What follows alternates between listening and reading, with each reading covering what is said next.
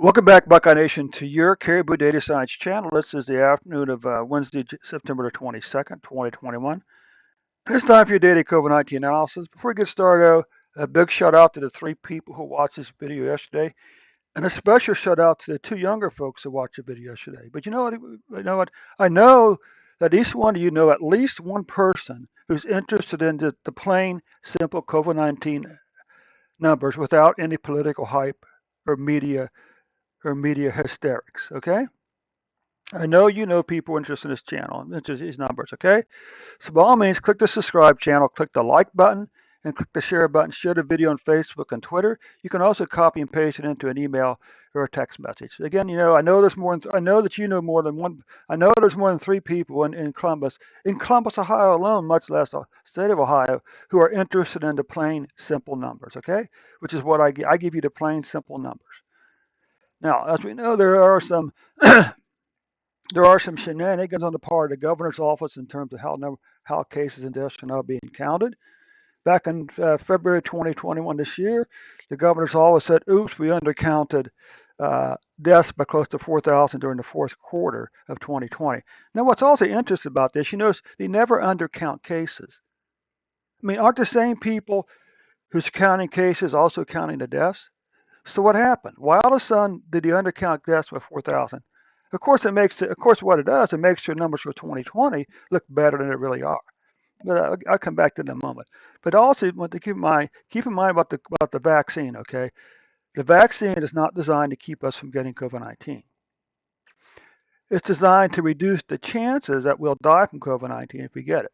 Very important to keep in mind. Now, so the governor back in, like I said, 2020 said, oops, we undercounted COVID-19 deaths by close to 4,000 in the fourth quarter of 2020. But rather than going back and backdating the letters, correct and issuing new numbers, they added the numbers on the February 11th, 12th, and 13th. And this completely dwarfs all the rest of these numbers down there. Okay.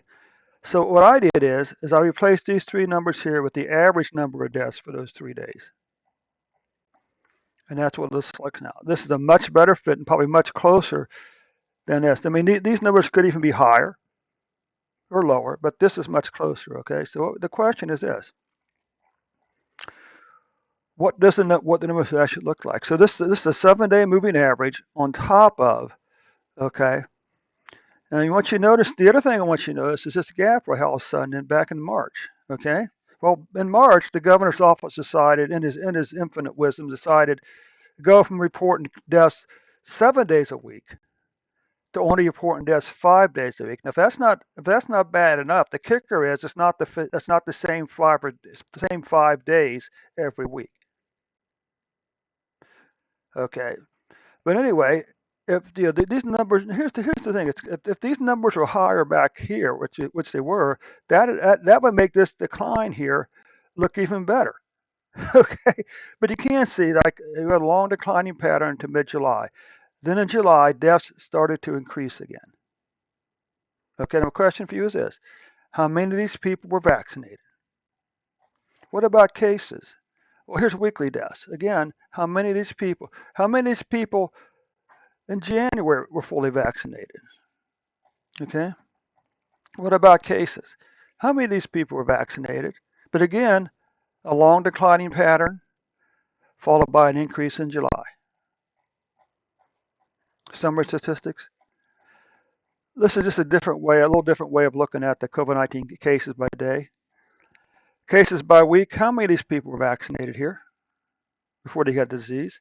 Okay. So anyway, that concludes, Buckeye Nation, that does conclude your report for today.